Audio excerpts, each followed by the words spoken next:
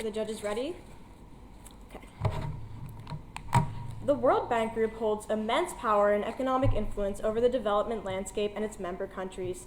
Its decisions impact the lives of millions, and its policies shape the trajectory of developing nations. Yet it's crucial to question whether or not the current decision-making system should be reformed. This brings us to today's motion. This House believes that the World Bank Group should adopt a one country, one vote system. And as team proposition, we believe that the aims of the World Bank are best achieved through a framework that facilitates a more fair, representative, and thereby more equitable share of power and resources. Today, I will discuss the democratic deficit within the status quo, the significant difference between voting power and voting weight, and how the World Bank tends to facilitate neocolonialism. Our second speaker will consider the USA's veto power and the benefits of the World Bank Group's new financial position if we were to adopt this new voting system. Finally, our third speaker will deliver a clear and concise rebuttal. Now, we define the World Bank Group as a multilateral organization that makes leveraged loans to developing countries, and throughout this debate, we will refer specifically and only to the World Bank Group, not the IMF. We define one country, one vote as expressing equal representation within voting, where each nation receives one vote for all decision-making, and the nuances of this will be discussed further in my substantive speech. Now on to my case. Currently within the World Bank, we see a lack of equal representation. The voting power is disproportionately concentrated in the hands of a few influential countries, causing countries with smaller economies and political power to feel unheard. The power imbalances result in decisions being driven by the interests of the more prominent members rather than reflecting the collective interests of all members. This clearly undermines the principles of fairness, representation, inclusivity, and equal participation. Today, the World Bank Group's 5 branches currently implement different voting systems. The IBRD and the IFC use the one share, one vote system, as well as basic votes. The IDA uses membership votes. The MIGA uses parity votes and share votes. And the outlier, the ICSID, uses the one seat, one vote system. Now, increasing the voice and vote of developing countries in the World Bank governance would increase their ownership of the policies advocated by the bank, as well as the relevance and impact of the bank's policies to development. And as developing countries are so clearly supportive of the role that the World Bank is essential in playing, increasing their role in its governance would increase its importance. Indeed, it should be stressed that the World Bank exists only to lend to developing countries. This is different from the IMF, where potentially, though not in practice, all fund members can borrow. It therefore makes particular sense for those countries that are the bank's exclusive borrowers and that therefore are strongly affected by the level and conditions of its lending to have a stronger influence and decision-making than they have at present. Now, in any national political system, we would reject the notion that rich people should have more voting power than poor people and more influence over economic policy decisions, and we would see this as corrupt and morally repulsive. And yet, such plutocracy and imbalance is normalized within the World Bank today. These imbalances in voting power could help explain why the World Bank and the IMF have been able to impose neoliberal structural adjustment programs across the global south for the past 40 years. These programs focused on privatization, austerity, and forced market liberalization have created lucrative profit opportunities for multinational companies, but have had a devastating effect on the South. During the 80s and 90s, they caused incomes to decline and poverty to rise, and in some cases, they triggered decades of recession and stagnation. Not to mention, a 1996 paper by the World Bank calculated that over 500,000 child deaths in the global South in 1990 were a result of poor economic performance in the late 1980s, the height of structural adjustment. Such ruinous policies would never be acceptable under democratic principles, and not to mention the per capita income gap between the North and the South has quadrupled in size since 1960. The bank's shareholders must revise its governance system to be more equitable, looking at existing models and adapting them to be better fit for purpose. Now, the solution here is following the one country, one vote system, like the UN General Assembly does. And we notice that all nations have an equal voice and participation in the UNGA, regardless of their geopolitical influence and size. But what disproportionality do we see between developing and developed countries today in the World Bank? Yes, accepted. Note how the governments of developing nations have also been responsible in the past for many catastrophic development policies which were not connected to the World Bank, asking them to do it themselves. We believe that it is extremely important to notice how those things also happened in the past due to the other metrics. But when all larger countries like the USA can just veto whatever policies that they feel like, which my second speaker will further describe, this is we take this as not representable, and we see a lack of accountability. So this brings up the subject of voting power versus voting weight, especially since 22% of member nations have a voting power of 5.5%, while the USA holds around 16% of voting power on its own. And the Bretton Woods, no thank you, institutions use systems of governments based on weighted voting, where each member possesses a number of votes that depends on its quota allocation, leading to democratic legitimacy issues in the end. A member's influence or power in such decision-making does not always correspond with its voting weight, and while looking from the voting power view, it is evident that weighted voting adds to anti-democratic bias. It may be ineffectively argued that it offers the prospect of designing an intergovernmental decision-making body with real claims to democratic legitimacy, but weighted voting, we will notice, tends to further enhance the power of a larger nation like the United States at the expense of all other members, which our second speaker will discuss. Moving on to my next point. When we talk about neocolonialism, we think about control and dominance exerted by more powerful nations over weaker nations without directly colonizing them. Neocolonial powers often subtly manipulate the developing nations by exploiting their resources for own personal gain. So the World Bank often provides loans and financial assistance to developing countries, which come with terms and conditions perpetuating neocolonial control because they are usually in the interests of developed nations. And some conditions mention implementing economic reforms like privatization, but these mostly benefit the interests of foreign investors. And neocolonialism is simply alleged and shown in the way development actions are implemented. These projects prioritize the extraction of natural resources, only aiding foreign investors and multinational corporations over the local communities, perpetuating a cycle of dependency and exploitation. For example, China recently implemented the accepted. At the point at which some countries put way more money in the World Bank than others, shouldn't they have the autonomy over what causes their own donations go? That's very different than they went when every country actually inputs like the same. We will further discuss this in our speech, but we're saying that these developing nations, though they have less funds, are feeling unheard, and that they need a say in most decision makings that are in. And since the World Bank only exists to lend to these developing countries, another point. But the BRI project that China has implemented has expanded to more than half the globe, causing countries involved to fall into debt after taking out funds for infrastructure upgrades. So China began lending to these developing countries, but overall debt to China has soared since 2013, surpassing 20% of GDPs in some countries. For example, in Malaysia, the former prime minister campaigned against BRI initiatives and canceled $22 billion worth of these projects to avoid more debt to China. So this shows China's neocolonial control over developing countries. A sense of dependency towards China is created, and their sovereignty is therefore undermined, which should not be promoted and continued in the World Bank. And lending services in the bank contribute to debt in the long run, just like China holding power over countries in the BRI through lending. So developing nations become reliant on external financing to meet needs, creating a slippery slope of borrowing loans to finance initiatives and create more debt in the end. And we are so proud to propose, thank you. I thank the speaker for the final remarks, and now I'd like the first speaker from side opposition.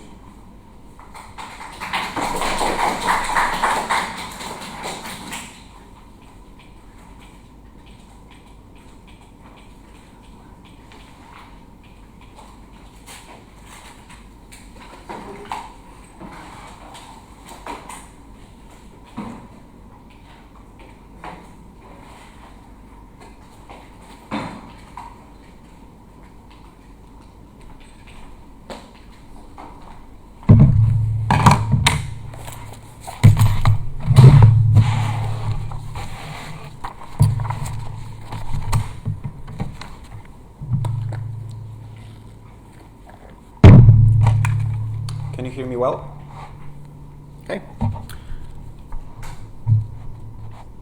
So, I'm going to begin my speech in 3, 2, 1.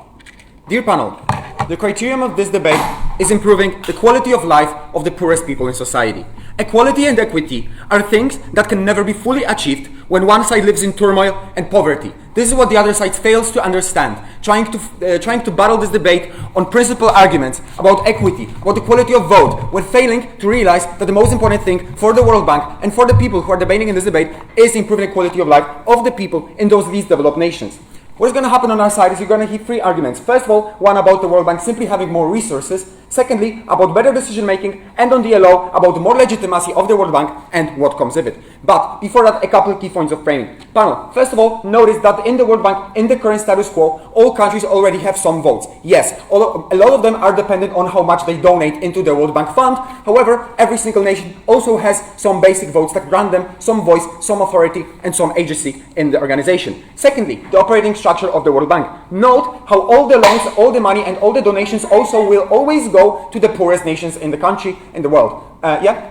How do you respond to the fact that 21% of the entire World Bank is essentially powerless and are silenced? By simply stating that they get most of the support and still gain a lot from being in the World Bank, regardless of how much vote they have. The operating of the structure of the World Bank. Note how every single penny that goes into the World Bank will never actually return to the donating nations directly. All of that money has to be invested in the poorest nations. This is why it was created. We believe that there is no possibility for that not happening. And notice how the requirements and the prerequisites to receiving such support are as follows. First of all, you have to lack creditworthiness. You must be not able to borrow from other sources. Only around 75 nations are eligible to receive that support. We believe that those are the prime targets of this debate that should happen. Now, notice how most of the things that may come when those countries would receive more votes are already happening, simply because there is a lot of control happening in the World Bank. There is a lot of organizations, there is a lot of committees that go to those countries, monitor the support, monitor the effects of it, and adjust them accordingly in order to ensure that the goals of the World Bank are met, meaning those people simply get better life quality. Moving on to our arguments. First of all, not now. How there is much more money in the World Bank on our side of the house. The most prime argument, the most logically prior argument in this debate.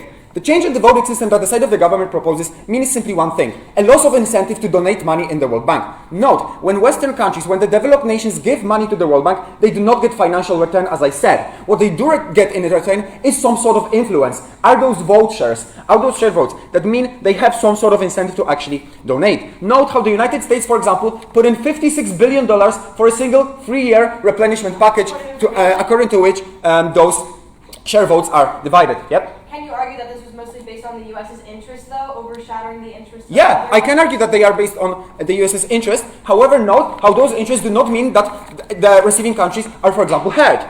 What are those interests then? Well, let's ask ourselves this question. First of all, we believe that those interests is simply confidence of control over strategic areas for them. Those countries want the underdeveloped nations, want the global south to be safe, to be developed, and to be simply functioning properly. Why is that? Because they, for example, want to make sure that their shipping routes are safe, for example. Or they want to alleviate any risk that comes with the global south being, for example, in conflict, for example, by reducing the amount of refugee crises that often hurt developed nations as well, or, for example, border skirmishes that also can be quite dangerous to the most developed in society. Also notice how the donating through the World Bank specifically means that the Western countries have control over many more programs than, for example, in bilateral deals, as well as many more countries than in bilateral deals. This means that there is a large incentive to do it specifically this way. I'm not going to take any more in this speech. Specific in this way, and we believe that there is a lot of benefits coming from that fact. But note how all of those incentives essentially fall on the side of the government, when those countries can pay as much as they want, but they do not receive any votes in return, meaning that none of those incentives can actually be fulfilled by them. What this means is that they effectively donate less overall, and definitely much less through the World Bank specifically, often opting for other deals, other bilateral relationships, which are often much more hurtful and much more predatory than the World Bank Support Fund. Now, the impacts of that are as follows. First of all, there's simply much less resources to developing nations. And note how important and logically prior this is in this debate. Without that scale and amount of support that the World Bank can offer uniquely in this debate right now, there is simply many more people that do not have access to the most basic infrastructure, to the most basic education, like, for example, irrigation system or clean waters that is often offered by the World Bank projects. All of those things are extremely important, and they require huge amounts of money to start, because those are not minor improvements. Those are creations of the most basic human rights that those people may need to survive, and to then think about equity, equality, and having a say in the World Bank, for example. But also note that if any support remains in the world, it's probably going to happen through much worse ways, like bilateral deals. Note how when there is no World Bank alternative on the side of the government, initiatives like the Belt and Road Initiative are much more likely to be extremely predatory because there is absolutely no other way that the country can, for example, receive better deals and better terms like the World Bank offers right now. This means that those deals will often, for example, mean long-term debt for those developing nations, or, for example, being stuck in situations where they have to follow the rules and regulations that the other country imposes. We believe that those are the same impact that the government is trying to put on here, but simply much worse because there is no way to escape them. And notice the unique advantage that the World Bank loses on their side of the house, that is providing experts and substantive assistance in conducting those projects. Those experts are often controlled and sent by the most developed nations. Where they have no interest in doing that, they probably don't do it as well, meaning there's a unique advantage simply lost. Secondly, better decision-making, the second argument panel. Note how when developed nations have a larger control over policy, this means they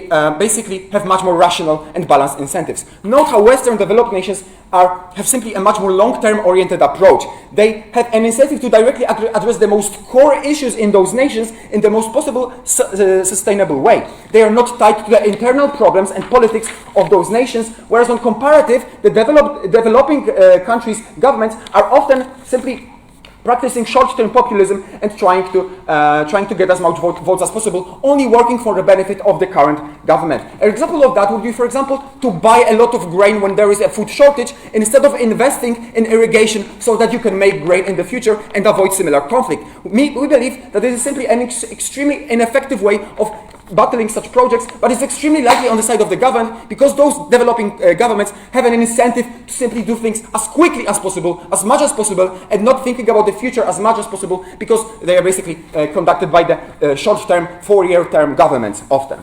Note how Western countries also often desire to be much more sustainable. Their societies demand them to act with sustainable development goals in mind. This means that essentially sustainable development is much more likely to happen. And it's extremely important for the least developed nations because they are the most prone to environmental disaster because they have no means to defend themselves from it. It is due to all of this that Western representatives simply have much greater freedom to actually use their own expertise and push for quality, for long-term sustainability, and they do not have to aim for an unhealthy compromise with electability and populism, for example, simply pushing for things to be done in a very bad, unsustainable manner. The impact of that is simply waste management of monetary policy, harming the people by simply not spending the money the best way possible, meaning there is going to be a loss of effectiveness. Some people will not receive support whereas they could have done so. And this essentially also harms the environmental future of the most vulnerable societies, or having some programs stuck in bureaucracy. All of this means that the World Bank simply does not fulfill its own goals, does not fulfill the criteria of this debate, so does the side of the government. That's why you vote up.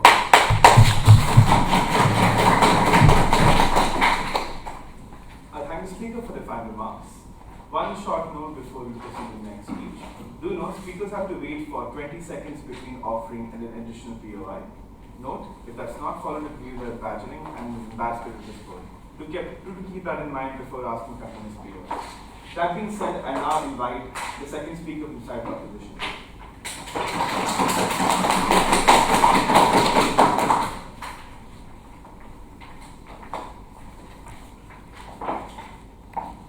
I'll start off my speech with a simple question. Who was Raymond Meixel?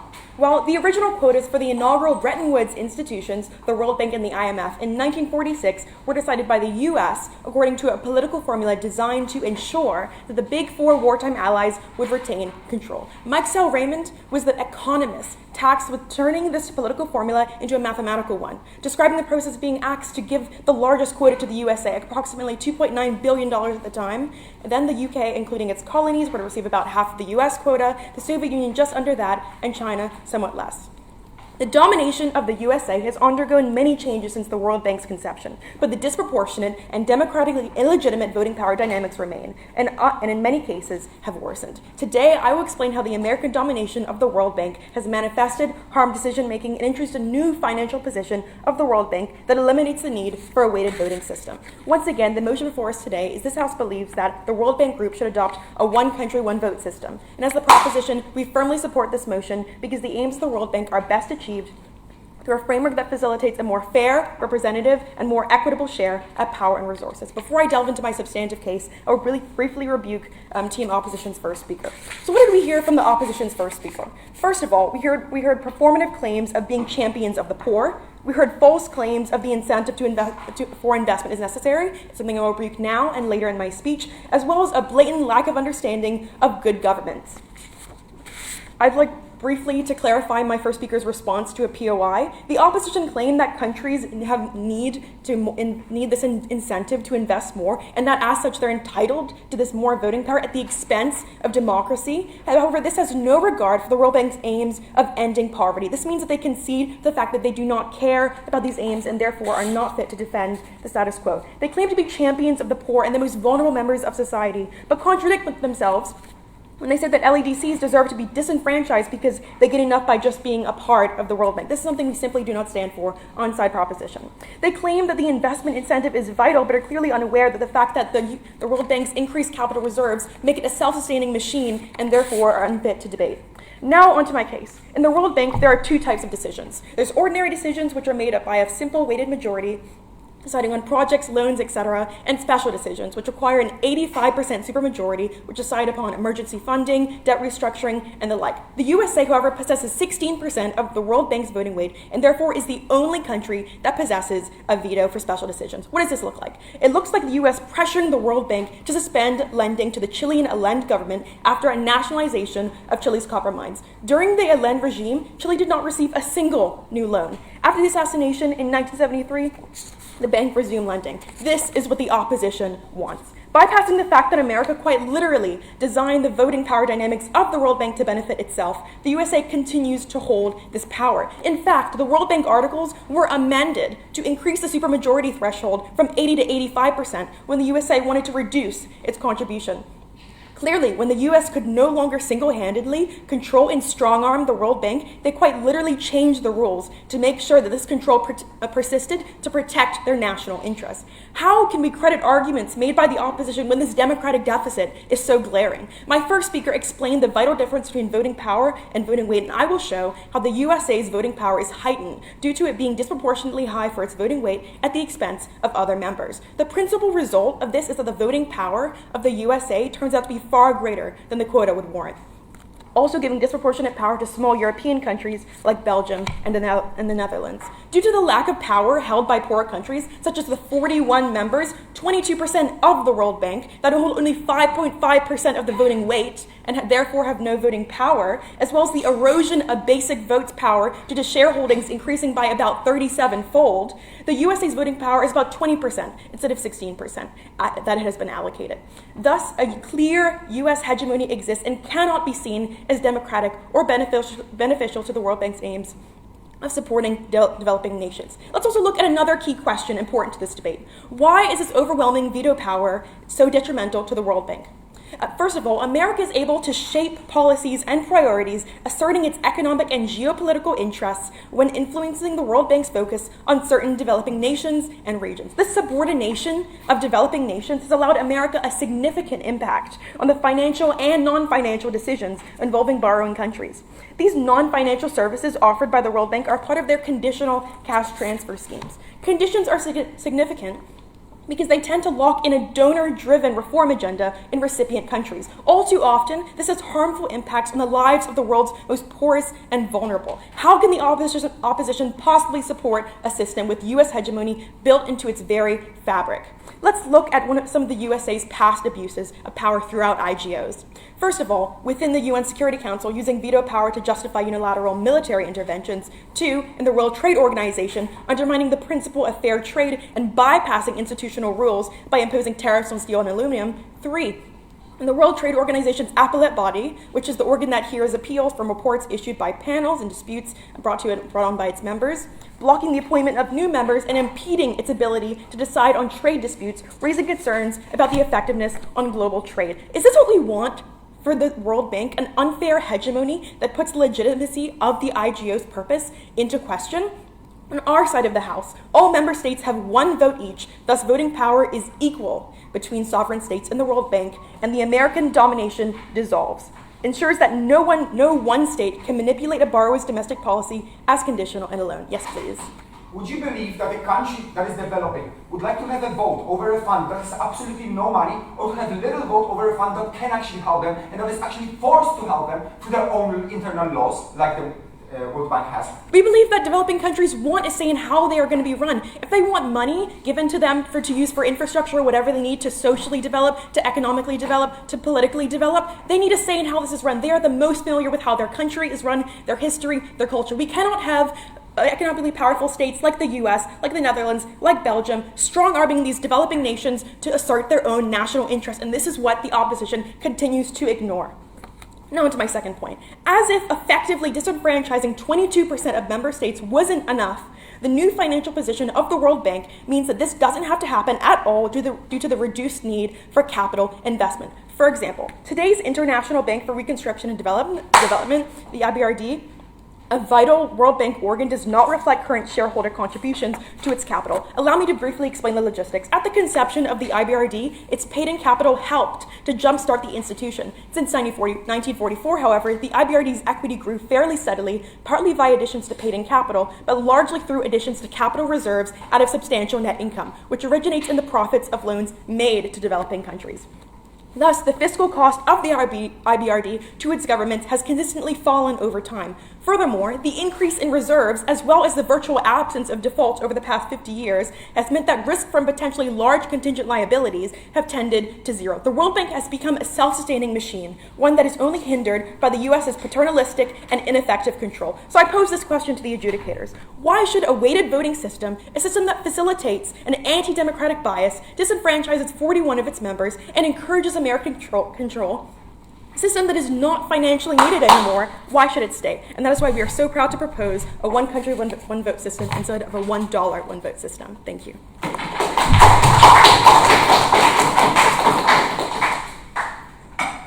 thank the speaker for the final remarks. I now invite the second speaker from side opposition.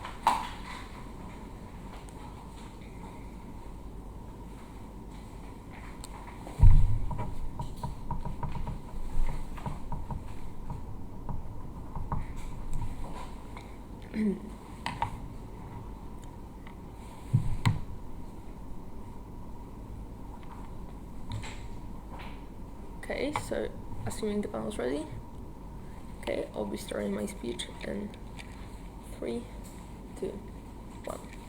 At the beginning of this round, we tell you that the World Bank projects are helping millions of people around the world right now. They're building infrastructure, helping countries develop, creating jobs there for people. At the point at which side proposition never actually tells us why this status quo is harming anyone who believes they are losing this debate. In my speech, one argument about more legitimacy of the World Bank, why it operates way less effectively on a global scale on side proposition. But first of all, let's engage with some of their material. So first of all, in this debate, they tell us this argument about legitimacy and democracy, how all countries should have a say in such institutions.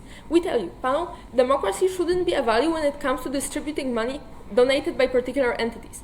Panel, at the point at which particular countries are sacrificing resources they could otherwise spend on their very own citizens, we believe they should be able to actually decide what causes those resources get towards. At the point at which side proposition never engages with that, we believe the metric of democracy doesn't matter in this debate, but even if it does, we believe we fulfill it way more on the, because of actually proving those countries' autonomy.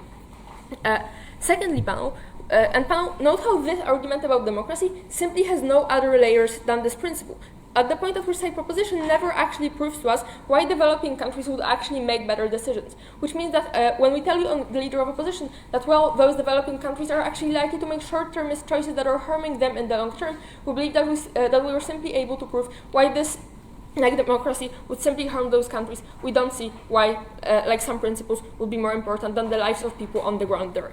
Now, secondly, let's engage with the idea of neo-colonialism and like China being able to lend to those developing countries in a way, bad manner, etc., etc. Panel, we believe such bilateral deals, like the ones with China they're telling us are so harmful, happen way more on side proposition, where countries can't actually lend the money from the World Bank because the World Bank has way less resources.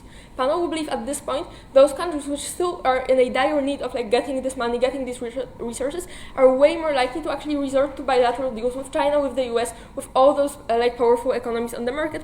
We believe this is way worse for them for the reasons that side proposition has already outlined. Because at this point, simply, there is even less say for those developing countries. In bilateral deals, there are usually even more conditions because the lender also wants profit and because there is way less international scrutiny than in the World Bank, as any other country can't even intervene and oppose all those harmful deals that are likely to happen in this case. Panel will believe under very own criterion of avoiding those harmful conditions, they're simply losing. Yes, please. How do you respond to the fact that 20 countries that have been receiving World Bank loans for over 25 years are actually poorer today than they were before they received loans? Well, we tell you this. We tell you simply that without those loans, they would be even poorer. We tell you that the World Bank help is actually giving those countries ability to develop more than they would develop otherwise. You never prove the comparative as to why without the World Bank loans, they would actually be like more prosperous. So now, engaging even more with their ideas from the DPM, they tell us. They engage with our argument telling us, well, the World Bank is a self-sustaining machine. First thing at this point, note how they never even proved this point, but then two responses to it otherwise.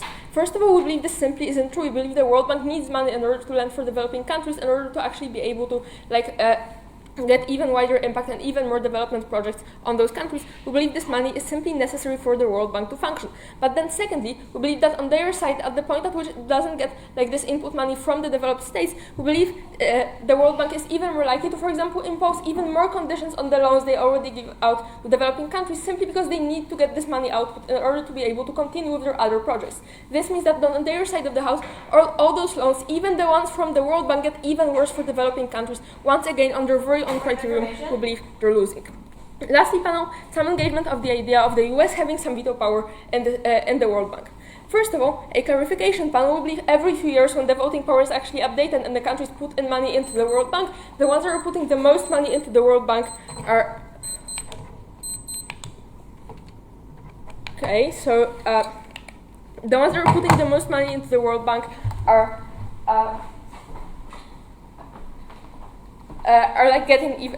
getting more votes first. This means that even if the US has some veto power now, it is likely to actually lose it in a few years when other countries start giving more money into the World Bank.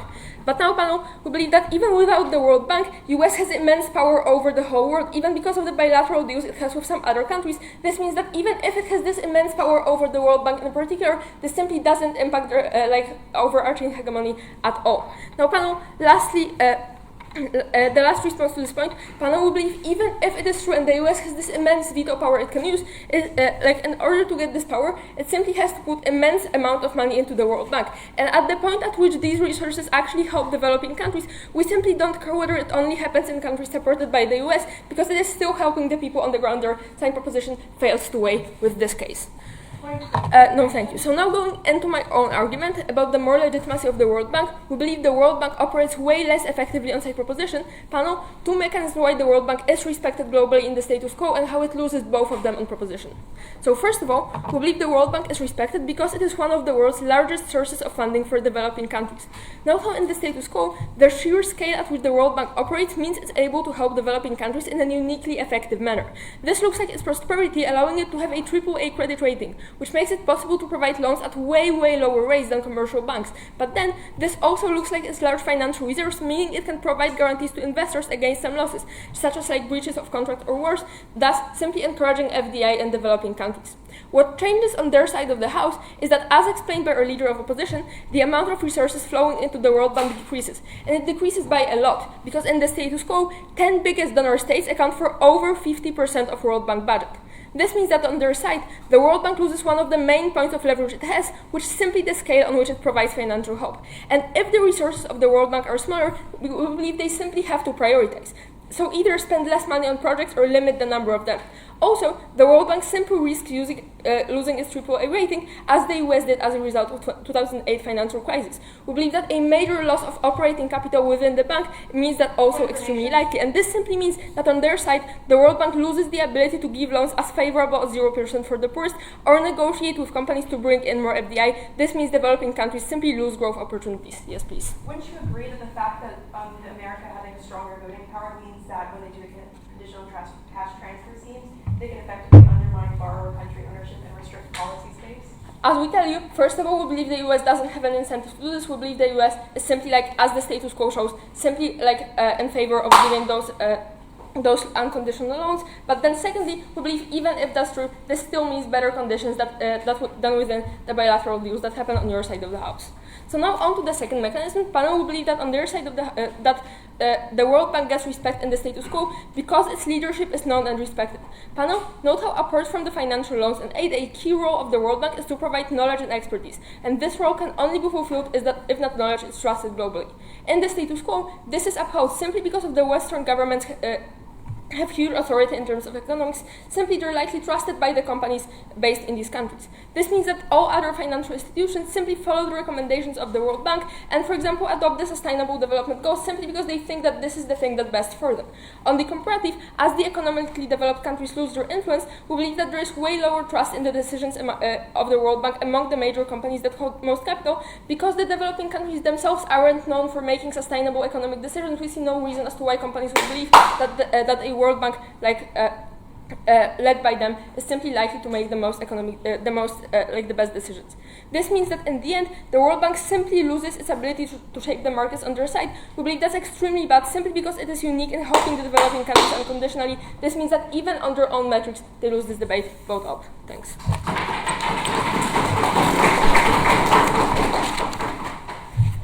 I'll thank the speaker for the final remarks. I now invite the first speaker of the side proposition.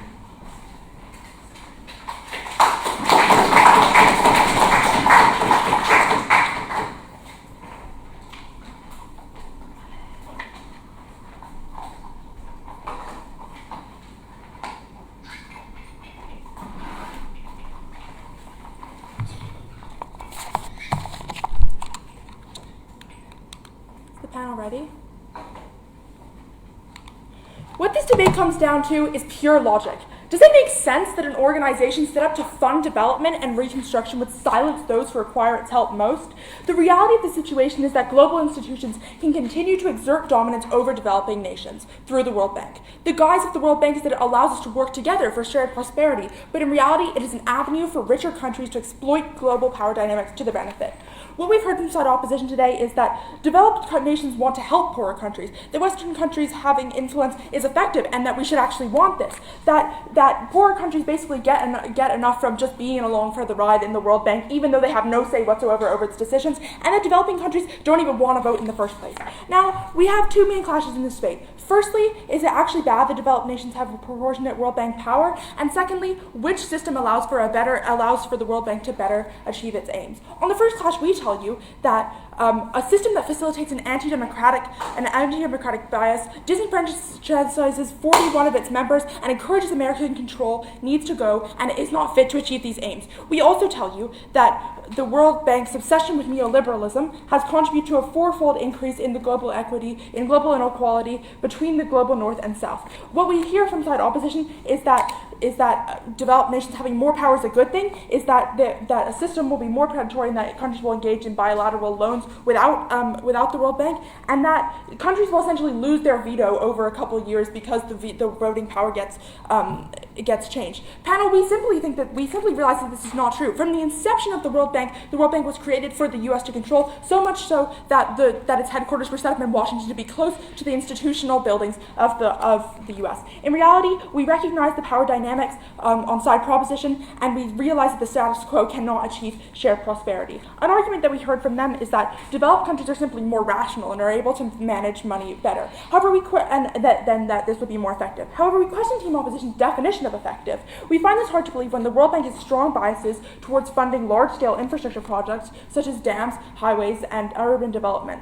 While opposition would like us to believe that these spur development, an affinity to these types of projects, it neglects pressing political and social factors and will will always harm development. But even if we overlook the willingness of the World Bank to jeopardize social development and deep-rooted cultural tradition for economic factors, we question its ability to make meaningful progress in the pursuit of economic development. We've already proved that Western-centric economic values cannot be expected to actually benefit the world as a whole. We've shown that when developed nations did not like the game, they changed the rules. This completely contradicts what we hear on opposition side, that, well, they'll get rid of their veto, but the fact that the US is able to control essentially the constitution of the World Bank negates this point. No, thank you. The World Bank articles, we cannot believe that the World Bank can lead to fair resource share when developed nations can exploit power dynamics to their control. We then heard about how developed nations don't know and how they'll implement harmful policies, how developed nations will help millions of people through the World Bank, how developed nations don't have an incentive to manipulate global power dynamics. However, this point completely overlooks the historical and current power dynamics that are held by developed nations in the global system. In reality, these countries are motivated solely by their own self-interest and simply do not act in the best interest of others, something that we have proved time and time again eloquently throughout this debate. We've also proven how the Western world's marriage to the Washington consensus of neoliberalism has worsened inequalities, and team opposition cannot pretend to be shocked that developed nations simply don't care about the growth of others. We also brought up a point in a POI that 20 countries which have received loans from the World Bank for more than 25 years are poorer than they were before the loans. And the response that we got on that were, well, they would have been poorer if they hadn't gotten the loans. However, the entire point is that they're poorer with the loans than they were before. We clearly expressed the example of the U.S. pressuring the World Bank to end lending to the Chilean government following the nationalization of the copper mines, something that they wouldn't do themselves, and they were simply able to manipulate policy. Their veto has not gone away. Their veto has existed throughout the inception of the World Bank. This is clearly an issue. Put very plainly, developed countries do what they want. Given that their excessive control within the World Bank where money is loaned and what stipulations are attached to this, World Bank loans are almost always a tool for the West to further their interests. They simply didn't engage with the point that developed nations do in fact manipulate poorer countries, the fact that this manipulation does not help anybody, that this is worse in the long run for everybody. We cannot credit any argument that tries to discredit the glaring global issues of a World Bank that is controlled by developing nations and countries that we've seen have little concern outside of their own revenues and power. I'll take a point. Please note how we have never actually analyzed how national interests of both developing and developed nations have to be mutually exclusive. We believe that an institution like the World Bank is created so that both can be fulfilled at the same time, and they very often are, because the mutual development works. Our entire point that we've expressed time and time again in this debate is that mutual development within the World Bank simply does not work. The statistics that we've presented is that 37 countries out of the 66 that have received funding from the World Bank for over 30 years are no better off than they were before they received the loan. Mutual development in a system that simply exists for the West to further its own interests, a system that was created for the U.S. to further its own interests, a system where the U.S. has a unilateral veto. This is not something that will further mutual development. We've shown time and time again throughout this debate, and this is something that opposition has not engaged with. No, thank you. We then heard, and then a key point of our case that they simply did not engage with is the point about a one country, one vote disincentivizing investment. Now, what our second speaker proved is that this argument is ill-conceived, with the premise that simply is not true.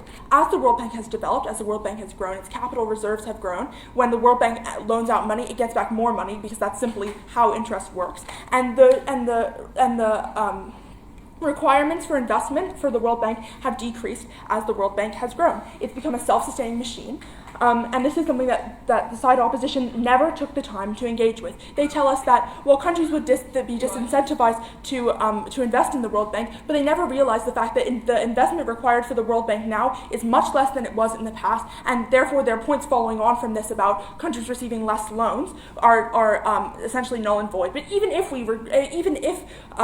we acknowledge this point, we realize that countries receiving loans from the World Bank is not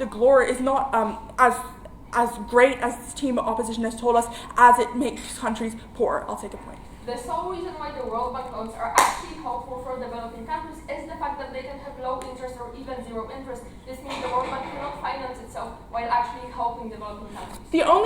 the only system in which the countries the only strand of the World Bank in which countries are charged zero interest is within the IBRD, and even within the IBRD, since 1970, the World Bank has an excess capital reserve. This shows that team opposition is simply not fit for this debate. Our last point of clash is that which side of the House more effectively satisfies the aims of the World Bank. We tell you that a system set up to benefit the U.S.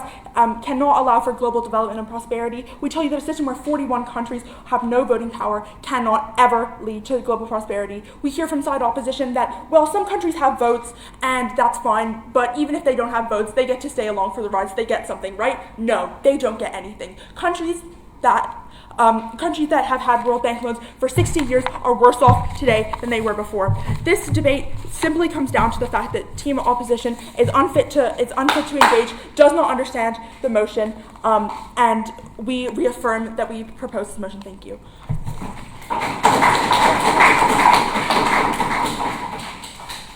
I thank the Speaker for the final remarks. I now invite the first Speaker of the side opposition.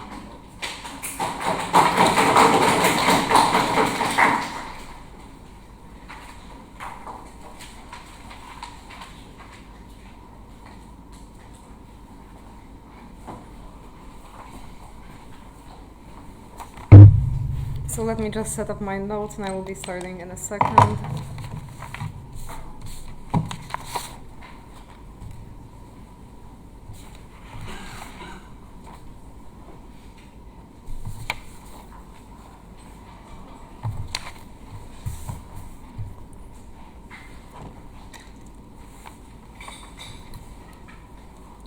Okay.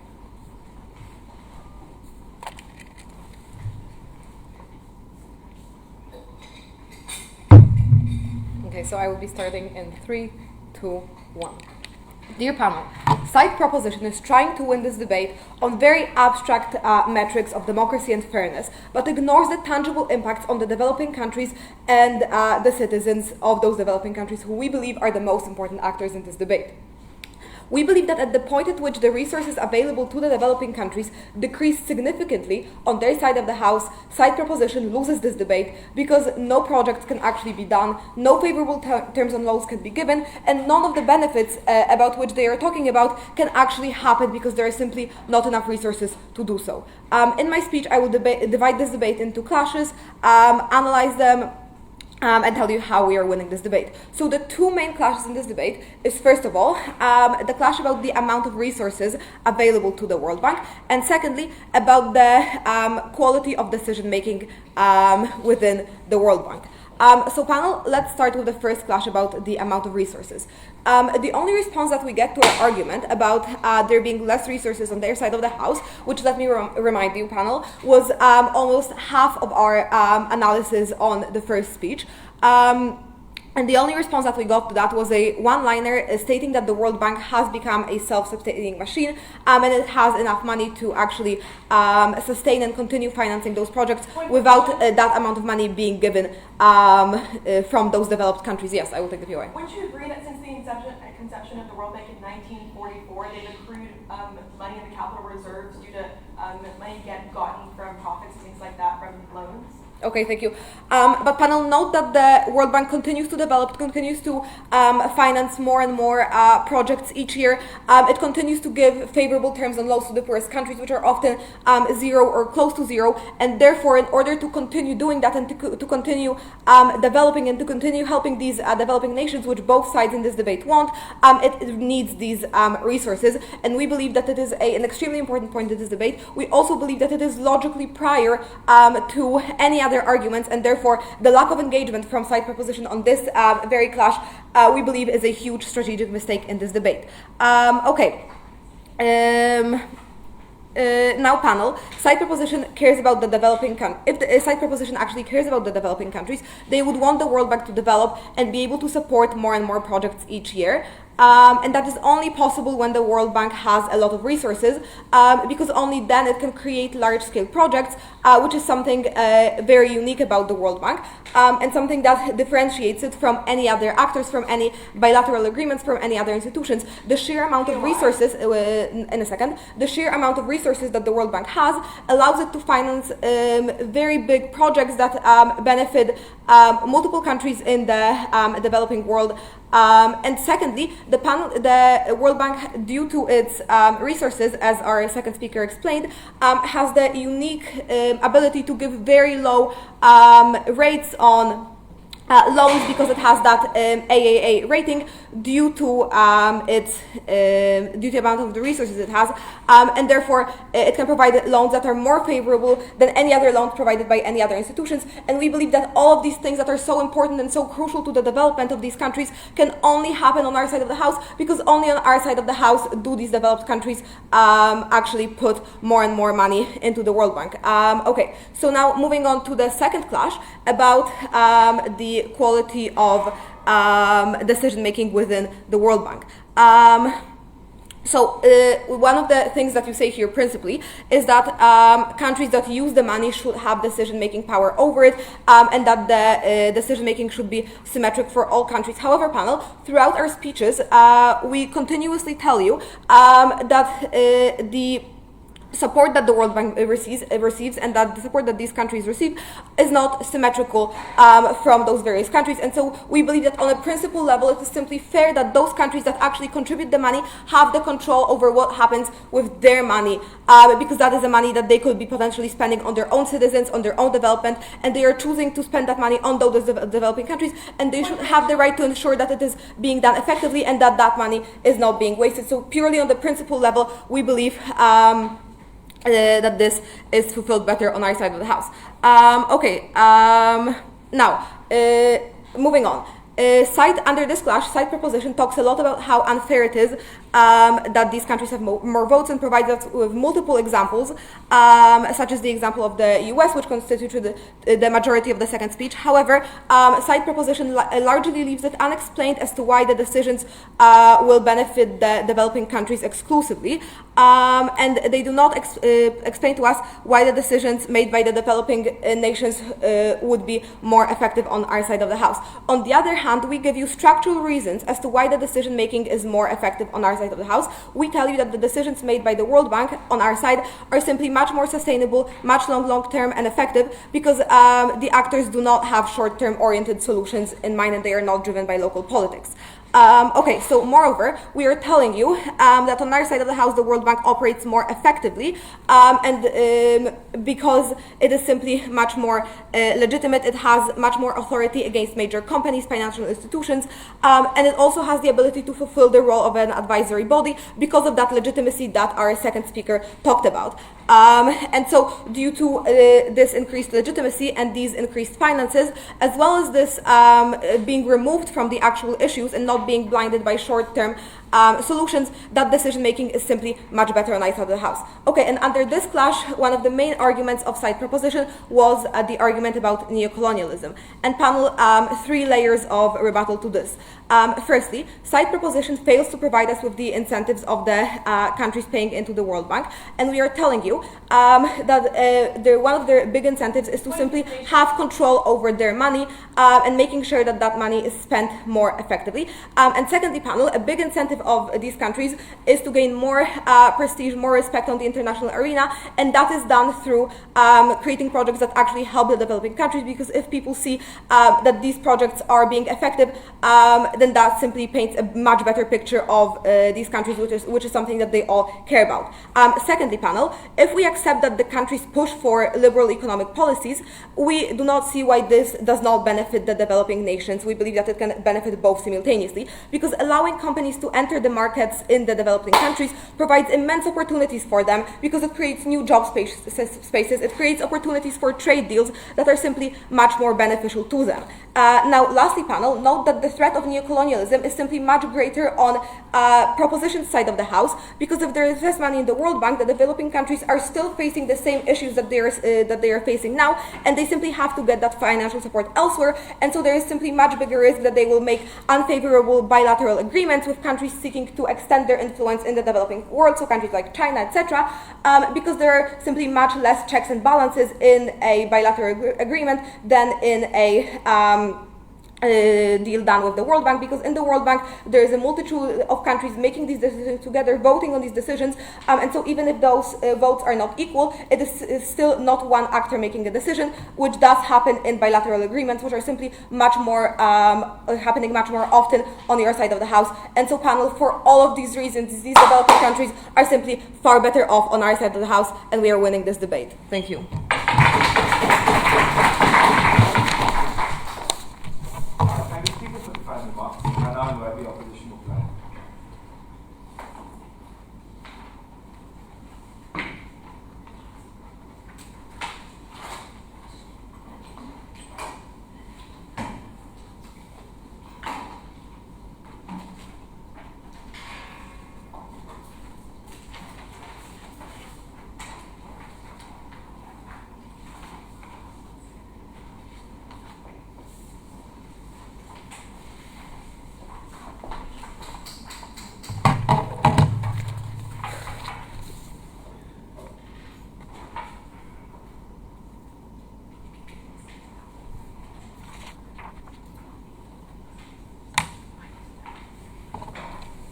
Okay, assuming your panel's ready. Okay, 3, 2, 1. We believe there is one crucial mistake side proposition makes throughout this debate, and this is giving us no comparative to all the arguments they bring. Panel, note how throughout this debate they focus on the World Bank supposedly being suboptimal in the help it gives. They tell us, well, it gives help only to the countries supported by the US. They tell us, well, maybe it focuses on some suboptimal development goals. Maybe it does things that are too long-term or things that are like somewhat suboptimal. But then they tell us, well, when developing countries get more say, they like simply all those issues are magically resolved. Everything's perfect. All the goals are now optimal. We believe side proposition never gave us any actual reasoning for this. Note how we never hear why developing countries even have incentives that allow for financial long-term development. We tell you they have short-termist political incentives. That means that they're extremely unlikely to actually invest in the infrastructure helping their people in 20 years. Instead, they're likely to actually invest in short-term solutions and actually resolving grain shortages by buying grain instead of investing in infrastructure. By solving those crises, by giving their citizens short-term help rather than long-term solutions, we tell you why this is the opposite of what the World Bank should do. Moreover, we never actually hear why those developing countries even have the funds to fund this help. We never hear why the World Bank on their side is able to operate effectively outside of the statement that, well, it is self-sustainable on their side. We never hear why this would actually be the case. Panel, we believe that at this point, even at the level of simply mechanizing our cases, we're winning this debate. But then secondly, let's get into the engagement on this comparative that we actually tell you. We tell you, firstly, on their side there's way less money in the World Bank. And we believe this simply deals with most of their cases. Because, panel, even if the developing countries have way better incentives and actually deserve a say in what the World Bank does, we believe on their side they have a say over a World Bank group that doesn't even function, over a World Bank group that isn't able to distribute any resources at all. We believe that it's better to have a say, some minimal say, over an institution that is functioning than even all say over an institution that doesn't. But then secondly, we tell you, under comparative, it doesn't mean that the World Bank is able, that those countries are able to get help from the World Bank. We tell you, their comparative is even worse. It is the bilateral agreements that are actually helping those countries even less. They are actually giving even more say to the developed countries that, as they tell us themselves, are so bad for the developing ones. We believe that even on this comparative, they never actually engage. But, panel, even in their absolute best case, we believe that our unique benefits still stand. Even if the World Bank is mostly self-sustainable, more money would still mean more projects, more development, more infrastructure. It would still mean more people actually having a job, more people having access to a port, more people having good road networks in developing countries. We believe that all those benefits still stand even after all of the mitigation they're trying to provide in this debate. Panel, we believe at this point, simply on the metric of tangibility of impact, we're able to win this debate. And panel, let's dive a bit more into this very metric of the tangibility of impact. Panel, in the end we tell you, on our side, at the point at which there is way more money going to developing countries and the money actually funding projects that can actually be helpful in the long term, we're actually benefiting people on the ground. What side proposition tells you, well, there is maybe more democracy, more of those values being fulfilled. Even if that was true, we believe you should not occur in this round. panel, and the only response they give us to all of those tangible benefits are, well, but some 20 countries are poorer after the help of the World Bank. We tell you, first of all, they're poorer despite the help they have received, not because of it. No Jose proposition never even provided the causal link between those two things. But then secondly, we tell you, even at this very point, they themselves admit that the vast majority of the countries that receive the World Bank help are actually way better off, that the people there actually have way more food, that the people there actually have way more ability to get a job, way more infrastructure, way more things that are actually benefiting them in their day-to-day lives. Panel, at the point at which we're the only side that actively helps those people in developing countries, please vote opposition. I thank the Speaker for the final remarks. I now invite the government to reply.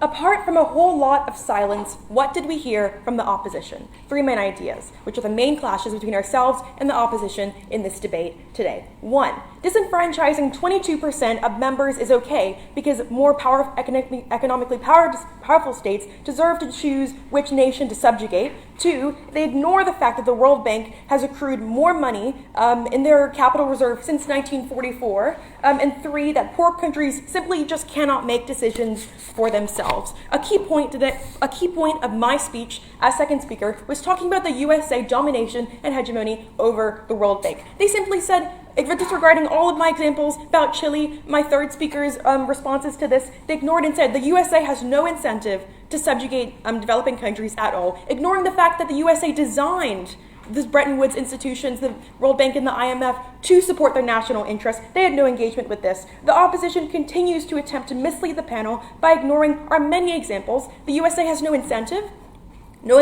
to block new members from the World Trade Organization's appellate body, no incentive to exploit its UN Security Council seat to justify military intervention. These are some of the things that we heard no response from the opposition as they continued to simply move on to their case, which was not substantive at all. The opposition's narrow worldview that refuses to acknowledge the more economically developed countries' manipulation and even encourages it, saying that it's okay because they deserve to know where their money's going, is simply wrong, and that they literally cannot understand the whole point of the World Bank. The World Bank's aims are as follows. They have two main goals: to end extreme poverty and promote shared prosperity in a sustainable way. On the opposition side of the House, they're all about ticking boxes. They are not transformational at all. However, on the proposition side, on our side of the House, we are all about reshaping poverty and do not want to subjugate the poorest, as the opposition claims that they do not do, and they claim to be champions of the poor, as I said in my rebuttal. Moving on. So, as they talked about their claims to support the U.S. veto, but contradicted themselves when they said, oh no, it's okay, USA veto power will lessen in time as more countries invest. Two responses to this that we presented. First of all, LADCs, the poorer countries that in the World Bank, the poor LADCs have more trouble gaining voting share and voting weight because they are not benefiting from the World Bank at all. We continue to tell them the statistic that out of the 66 LADCs receiving funding over the past 25 years, 37 of them are no better off than before and are consistently harmed by the policy donor-driven agendas, and 20 of them are poorer than they were before. We heard my third speaker responded to this point. And how they were talking about how it's okay because they benefit for being along for the ride. They clearly do not understand the state of poverty and are very unfit to understand how the World Bank operates if they cannot understand the aims which are at the root of this debate. Second of all, the USA literally amended the World Bank articles to maintain control. This is something they did not acknowledge, and it's something I talked about in my first speech. The fantasy world of the opposition that claims this alternative of maybe poorer countries will maybe get more voting share and thus voting weight is simply the opposition trying to offset the blame off of the World Bank.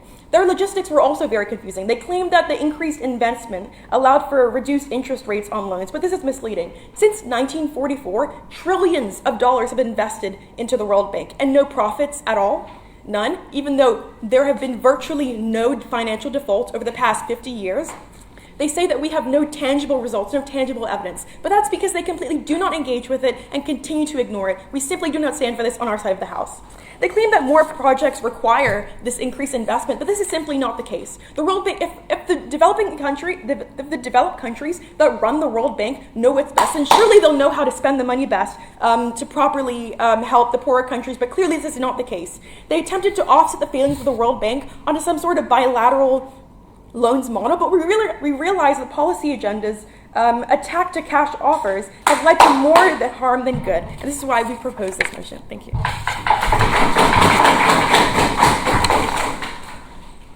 I thank the speaker for the final remarks and all debaters for a very interesting debate. I'll now request the debaters to cross aisles and shake hands. Post which you can leave the room. We call you of the deliberations room. Coaches and team managers, you can also leave the room in the center room.